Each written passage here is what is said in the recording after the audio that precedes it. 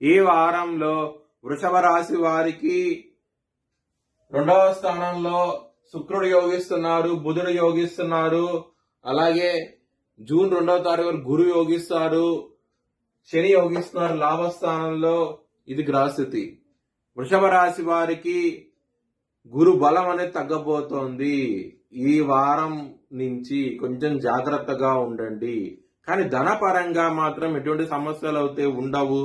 ధనం అనేది చాలా మంచిగా రాబోతోంది. ఎందుకంటే లాభస్థానంలో శని ఉన్నాడు, దశమాధిపతి లాభస్థానంలో ఉండి గురువుగా దృష్టి కూడా ఉన్నది కాబట్టి ధనపరంగా మాత్రం ఎటువంటి సమస్యలు అయితే ఉండవు. కుటుంబ పరంగా చాలా బాగుండబోతోంది వారం అనేది.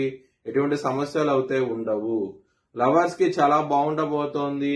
పంచమాధిపతి అయిన బుధుడు 2వ స్థానంలో ఉండటం మూలంగా మంచి ఫలితాలు ఉంటాయి.